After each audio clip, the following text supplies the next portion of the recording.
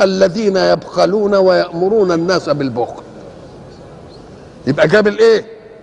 مقابل الجود، مقابل السماح، مقابل الاريحيه، مقابل بسط الايد، كل ده.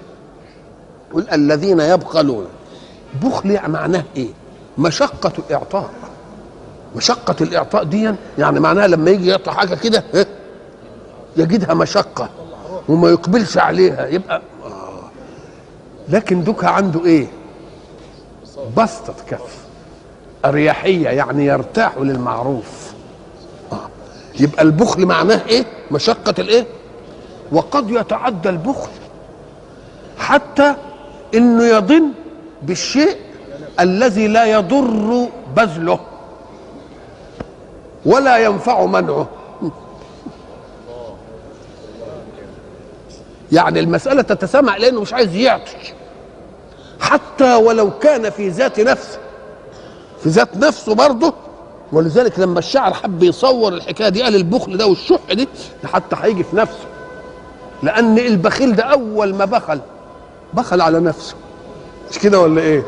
طب إذا كان بخل على نفسه تبقى أنتوا عايزوا يوجدوا على الناس؟ لا. فلما يجي الشاعر بده يصور الحكايه دي حتى بقول لك بشيء في ذاته وفي نفسه. فواحد اسمه ايه؟ عيسى، والشاعر بده يذمه انه بخيل قوي، فبده ينقل صوره البخل مش على الناس حتى على نفسه، فيما لا يضر بذله ولا ينفع منعه، في حاجه هايفه لا اول النهار ولا اخر، لان عملها مش هتعمل عنده حاجه. فبده يصور لنا الصوره دي، يقول يقتر عيسى على نفسه.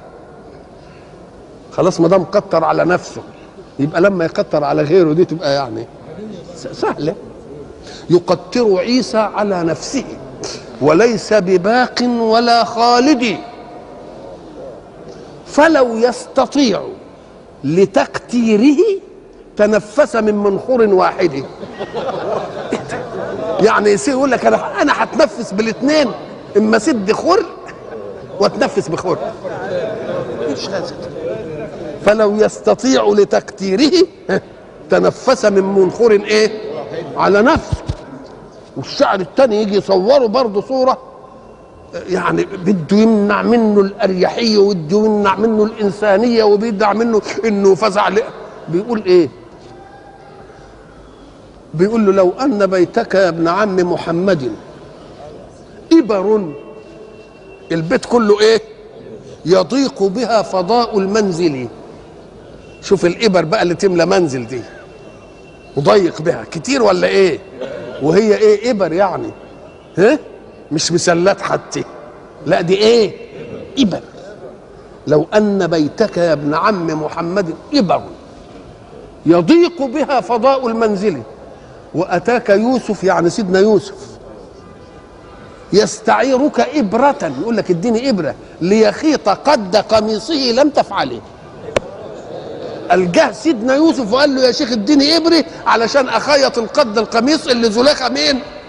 اللي زليخة قطعته. شوف بقى الموقف، بقى نبي ويخيط قد قميصه ويقول له لا ما اديكش، وعنده بيت كله إبر. يعني يبقى إذا البخل انك انت انه يعمل ايه؟ انه يضيق بالاعطاء حتى انه يضيق بشيء لا يضر ان يبذله ولا ينفعه ان يمنعه. في اكتر من كده. فقال بقى الذين يبخلون، ولذلك قال في الايه هناك سيطوقون ما بخلوا به ايه؟ يوم القيامه. يبقى لما الواحد يعمل له اللي بخل به طوق، يبقى لو كان بذل شويه مش الطوق كان يبقى خفيف، لا كان الطوق يبقى ايه؟ انما كل ما يمنع الطوق ايه؟ الطوق يتقل، تبقى تقل على نفسك يا اخوي.